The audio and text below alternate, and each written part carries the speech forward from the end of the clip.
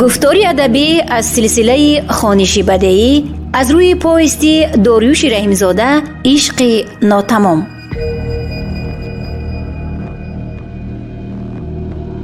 قسم 26.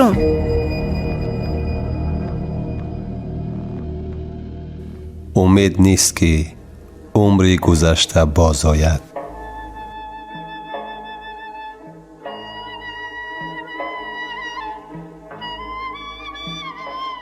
با اندیشه های نیک دسترخوان گستردم.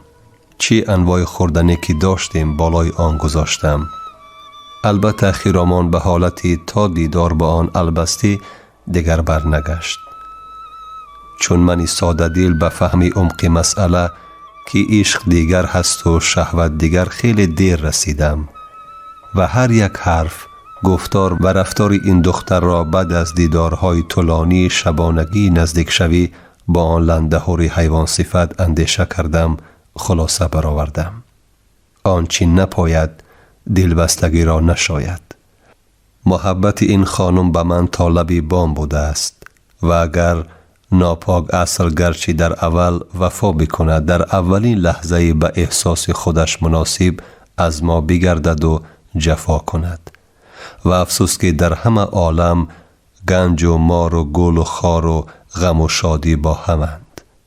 به خیرامان نگاه میکردم و به دل میگفتم نه ما را در میان مهر و وفا بود، جفا کردی و بدعهدی نمودی. به یک بار از جهان دل بر تو بستم، ندانستم که برگردی به زودی.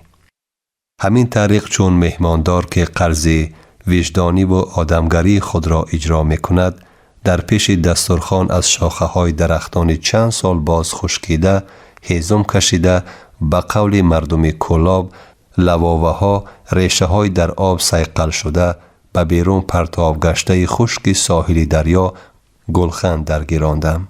بعد از کمی خوراک شام جایگاه درست کردم. خیرامان را فرمودم که خواب کند.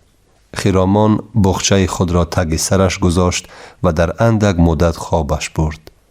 من از آن طرف گلخن میانی زبانهای آتش به این دختره که مثل من رهگم زده ناکام نگاه میکردم.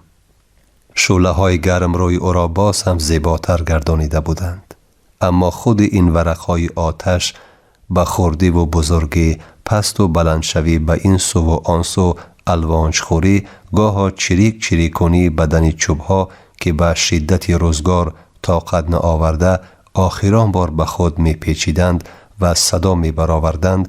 پاره های به قسمت نابود شوی گرفتار شده چوبهای خشک که زمان سبز و خرم بودند به تدریج سوخته به خاکستر تبدیل و به خاک یکسان می کردند. فلسفه عجیب زندگی را به یاد می آوردند.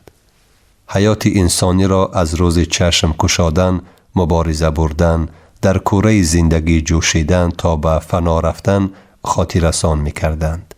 عجب فلسفه دارد آتش. نگاهی آن آدم را نصیحت و آرام می سازد. کتاب زندگی انسان را ورقگردان می نماید.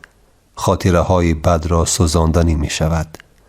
اقلاً لحظه فراموش می کناند. عجب یک چوب در تنهایی نمی سوزد، خشک هم باشد. 2 چوب 3 چوب در همبستگی با مصلحت با شوق می سوزند و وظیفه گلخن را اجرا می نمایند. اطراف را گرم می کنند، به آن نور می بخشند.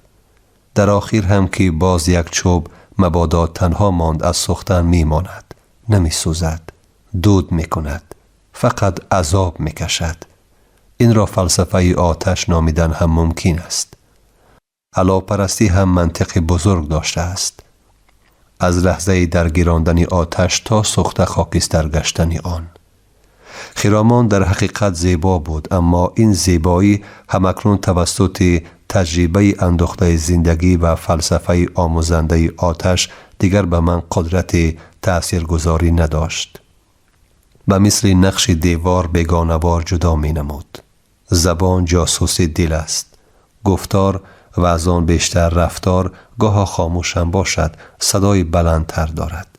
این صدا را شنیدم. آن رفتار را دیدم که در مجموع جوهر آدمی را نشانه است. روز شد. خرامان چشمهای فتان و آهمانند خود را گشاد. بدون میژه زدن به من دور و دراز نگاه کرد. بعداً ساربان، میدونم درباره چی فکر میکنی. در بین این فکرهایت مگر به من یگان سؤال پیدا نشده باشد؟ گفته به استحاله سؤال کرد. من خاموش ایستادم. قوت یگان پاسخ دادن را به او نداشتم و ضرورت هم برای این نمانده بود.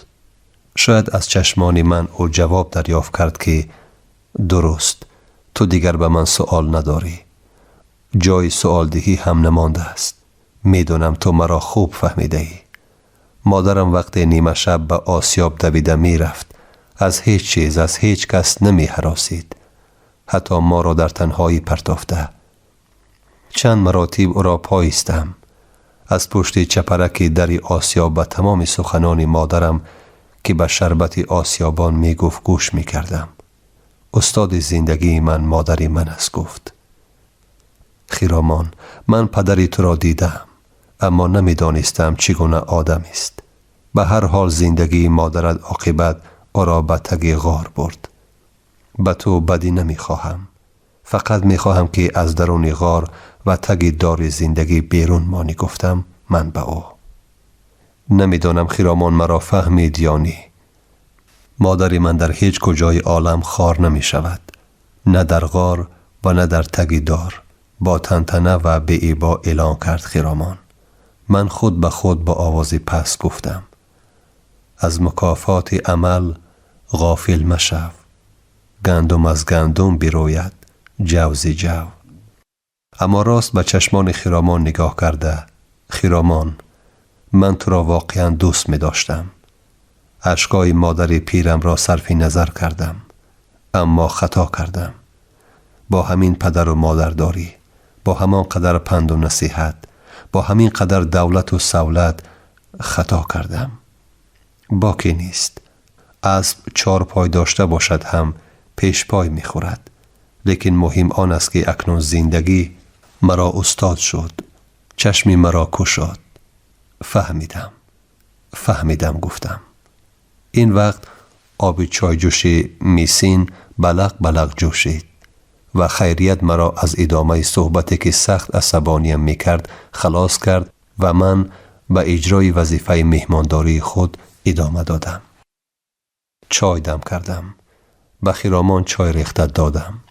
احساس کردم که آواز شواشوی آب نظر به بیگاهی خیلی پس شده است. دویده به ساحل 5 فرآمده. امکانات گذشتن این دریای دهشتبار را فهمیدنی بودم. راه تا لب دریا سیرالف برای آدمی ناآموخت ناعیان بود. من بی پروایانه پایین رفتن گرفتم. ناگهان از بالای تپه از سمت راست ساحل 3 سوار نظامی مانند را دیدم که با سراسیمگی اسب می راندند. آنها در جایی که گذری آب بود اسب‌هاشان رو به دریا ایستادند. همان زمان سخنانی محتاج و لطیف صاحب درباره کافت و کاو تاجیکی که سببگار مرگ ظلمه‌ای لعین گشته است به یادم آمد. از شدت ترس یک لحظه در جایم شق شده ماندم. بعدی اندکی خود را به قفا پرتافته در پشت سنگ پناه بردم. به آن 3 سوار که اکنون آوازهایشان هم گاهی بزور شنیده می شد با وهم و هراس نگاه می کردم. یکی از آنها سراسیمه‌وار از اسب پریده فرآمد. گویا یگان چیزی گم کرده‌اش را در ساحل می کافته باشد. قامتش را خم و سرش را به زمین نزدیک کرده به اندازه 5-6 متر آن گذرگاه را می آموخت. معلوم بود که آنها به زبان پشتونی گپ می زدند و من هیچ چیز را نمی فهمیدم. نظر به دست جنبانی و فرمایش یکی آنها به نظر سردارشان می نمود. آن آدم در برش تپانچه کلان، در میان دوی دیگرشان شمشیر آویزان بود. به دل گفتم خدا زد، همه امید برباد رفت. نصیب دیداری وطن نبوده است. به دست افتادم. تخمین 15-20 دقیقه آنها سرسان و سرگردان در لب دریا این سو آن سو قدم می زدند و چیزی را بین خود گرم محاکمه می کردند. معلوم بود که ایزی پای اسبان را می کابند. به احتمالشان شاید شخصان جستجو می کردهشان از همین جا می گذشتند. به تقدیرم لعنت می خواندم. عجب از آن طرف هم مرا می گفتند. اکنون از این طرف هم. نمی دانستم چی بدی در دنیا کردم که خداوند مرا تا به این درجه بدبخت حکم کرده است. نه سری ماندن دارم نه پای رفتن. در چنین اندیشه بودم که یسوعان یک و یک باره اسب‌هایشان را قمچین زده با شست به سمت بالا حرکت کردند. به اندیشه من سپاهیان به خلاصه آمدند که نه دیروز و نه امروز از اینجا کسی نگذشته است و امیدی پیدا کردن تاجیک قاتل حالا هم از دست نرفته است. من آیسته آیسته به پس سنگ دیگری گذشتم که راه ساحل از آنجا به خوبی نمودار بود. سواران مسلح گویا جای آن گریزه ها را پی برده باشند و امکانی از دست ندادن آنها حالا هم هست گفته به سمت بالا اسب دوانده در پیچ و خم پیراهه ساحل در یک دم نابود گشتند.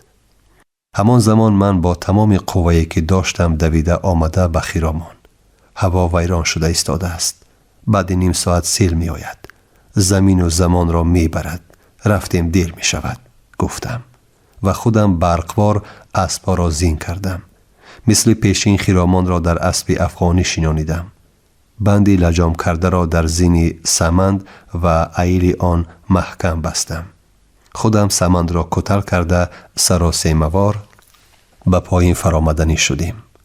بار دیگر بالای آن سنگ رفته هر دو طرف راه را از نظر گذراندم. کسی به نظر نمی رسید.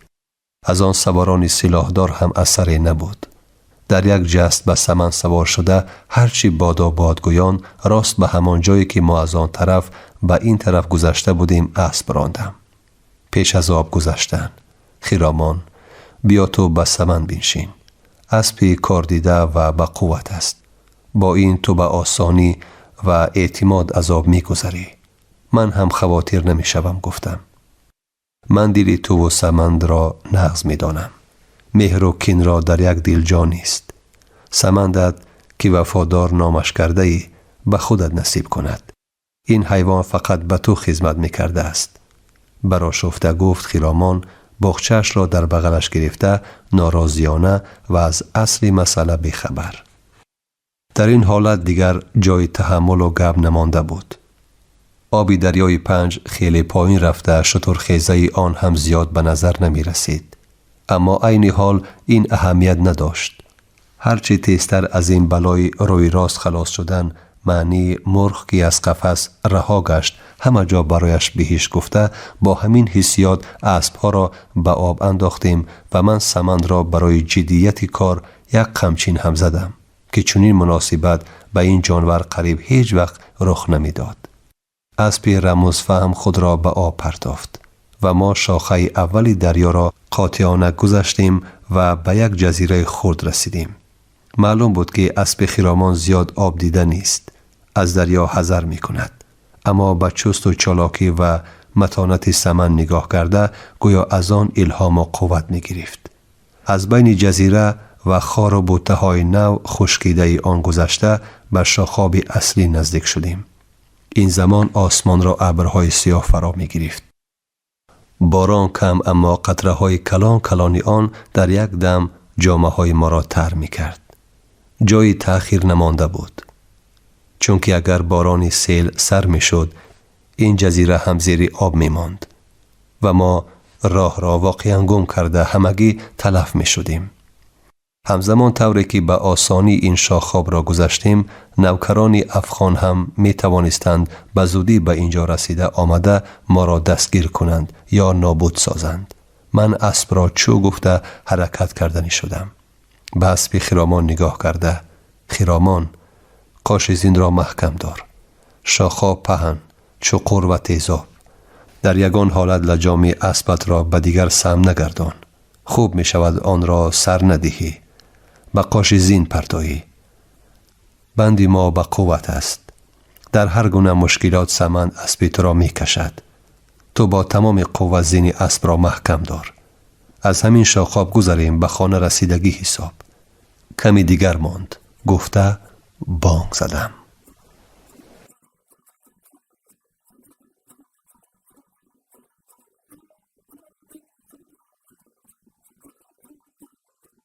آوازی رحلت بکفت دستی اجل.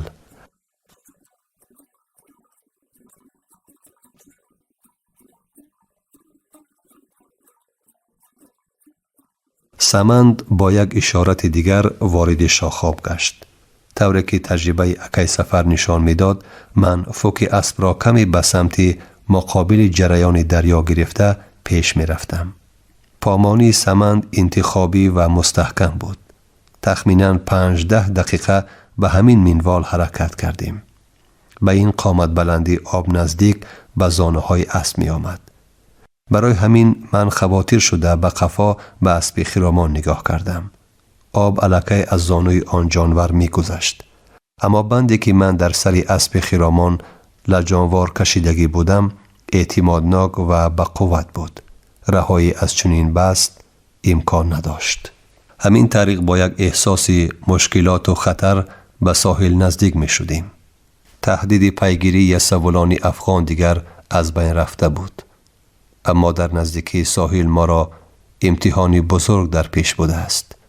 شاخاب دریا به سمت چپ ساحل که اصلا سفید خاک بود بار گرفته کمری آن را می کافت و دیوارهای آن طرب به دریا افتیده منظره مدهش را به وجود می آوردند و رها گشتن ما را از این بلا زیر شبهه می گذاشتند. راستی من راه کار را گم کرده بودم.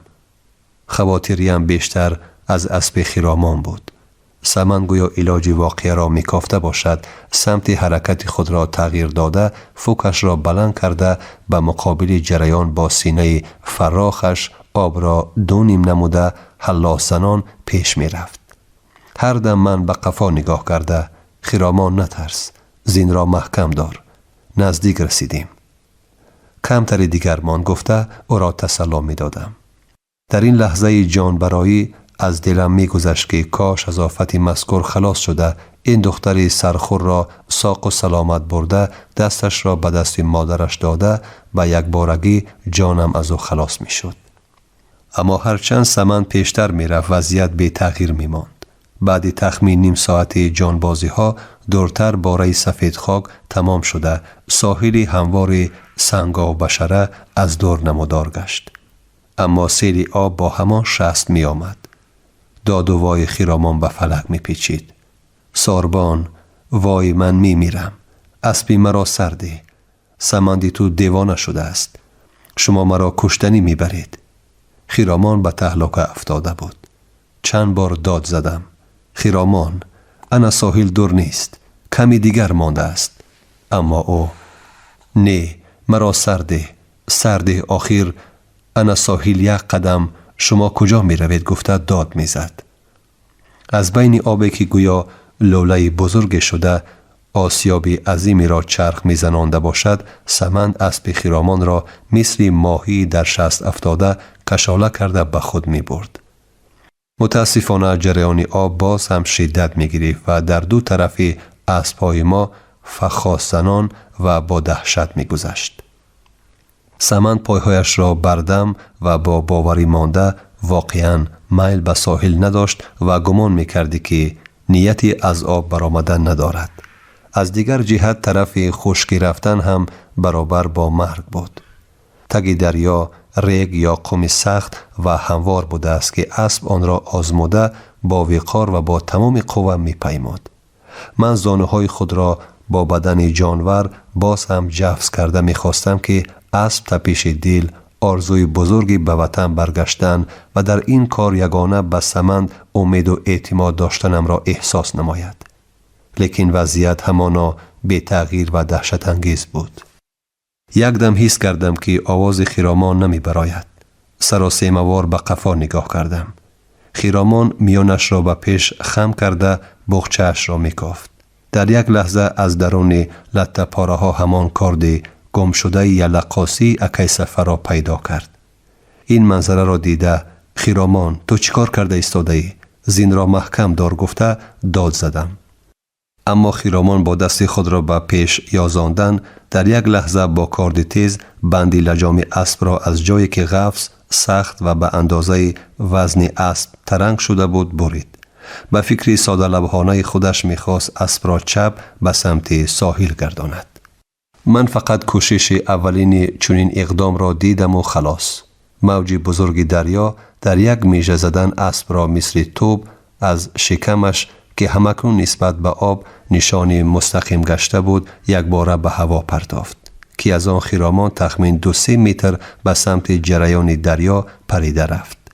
دیگر نه از خیرامان اثر بود نه از اسب.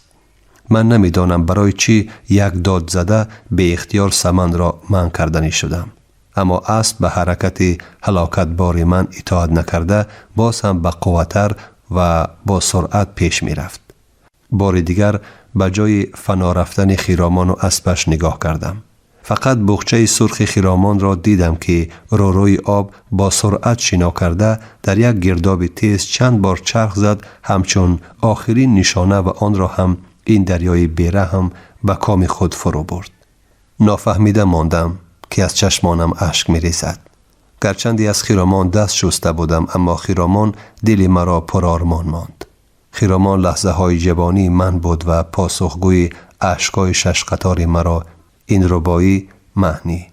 کاش کان روز که در پای تو شد خاری اجل، دستی گیتی بیزدی تیغی هلاکم بر سر. تا در این روز جهان بی تو ندیدی چشمم، این منم بر سر خاک تو که خاکم بسر. در این لحظه تا به آخر نمیدانستم که من هم از این آبی بلا زنده می برایم یا نی. همگی چند لحظه به خود آمدم. دیدم که گردش سمن سبک شده است. او سرعت اولش را تغییر داده خود به خود مثل پهلوانی که با اژدهای مرگ طلب دنیا درکش در نبرد مرگاور پیروز گشته باشد به سمت چپ به ساحلی تنک آبی هموار که همکنون پیدا گشته بود حرکت میکرد. از آب برآمدن برابر اسب خود از خود در جایش ایستاد. گردنش را به سمت جریان آب کج نموده با چشمان غم‌آلود دور و دراز به حرکت بی آخری دریا نگاه میکرد. من گردن اسب را به آغوش گرفتم. هرچند بدنش از خنکی آب یخ درق میلرزید اما از گردن بالایش در آب و عرق تر بود. گمان میکردی که اسب به تگ آب شنا کرده نو از آن برآمده باشد. من دیگر مجالی راه گشتن و به اسب سوار شدن نداشتم. در لب آبی وحشی خونخوار نشسته بی صدا اشک ریختم. بعد لحظه حس کردم که من هم نزدیک به مرگ بودم. اگر به جای سمن دیگر اسب میشد از این بلا علاج خلاصی نبود. اول از ترس و غم و هیجان حس نکردم که تا میان تر شدم و دندان به دندان مثل که مرا ورجه گرفته باشد میلرزد. نزدیک به 1 ساعت دیگر نه عقل رفتن داشتم و نه جای نشستن. یک دست به گردن اسب به این جریانی لجام گسیخته دریای خونخوار نگاه میکردم. چی بدبختی را بعد از این دریای پرشور گذشتن به آن سرزمین مصیبت و چی فاجعه را هنگام عبور از این دریای وحشی پسی سر کردم به خاطر می آوردم و به این تقدیر که با دستان خودم کردم نفرت می خواندم. شما گفتاری ادبی را از سلسله خوانش بدیعی از روی پوستی داریوش رحیمزاده عشق ناتمام در قرائت دلشادی الصمد شنیدید. کارگردان خیرالله فتح‌الله، محرر عابدجان سعیدزاده. انجام قسم 26.